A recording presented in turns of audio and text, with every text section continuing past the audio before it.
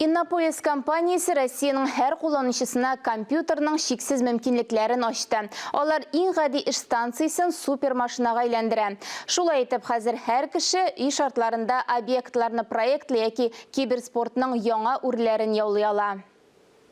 Кулланучы кулында суперкомпьютер, күз алдында гадәти смартфон, әмма аңа ярдәмне ерактан эшләүче өлкән абыйсы сервер күрсәтә. Беренче чакыруга ярдәм сорап мөрәҗәгать итүчегә булышырга ашыга.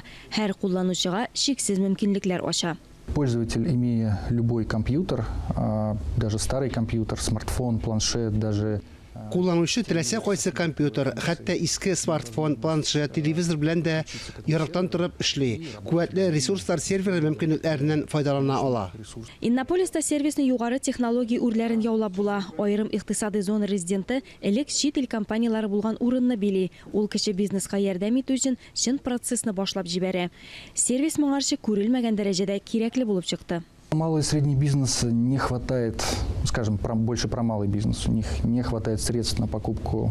Кеше бизнесның куәтле эшче станцияләр сатып алырга акчасы җитми. Бәяләр бик югары. Шуңа күрә компьютернан файдаланып, өйдән дә, офистан да безнең компьютерга кушылырга һәм аны проектлау, дизайн, видеомонтажлау максатыннан файдаланырга була.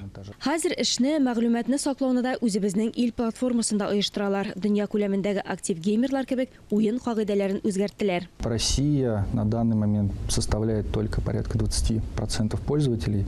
Шунысы кызык, хәзер кулланучыларның 80% безнең Россиядән түгел. Элек технологияләрне исәпкә алып, моны гамәлгә ашыру мөмкин түгел иде. Хәзерге вакытта үсеш сыйфатлы уен процессын ерактан торып тәэмин итәргә ярдәм итә.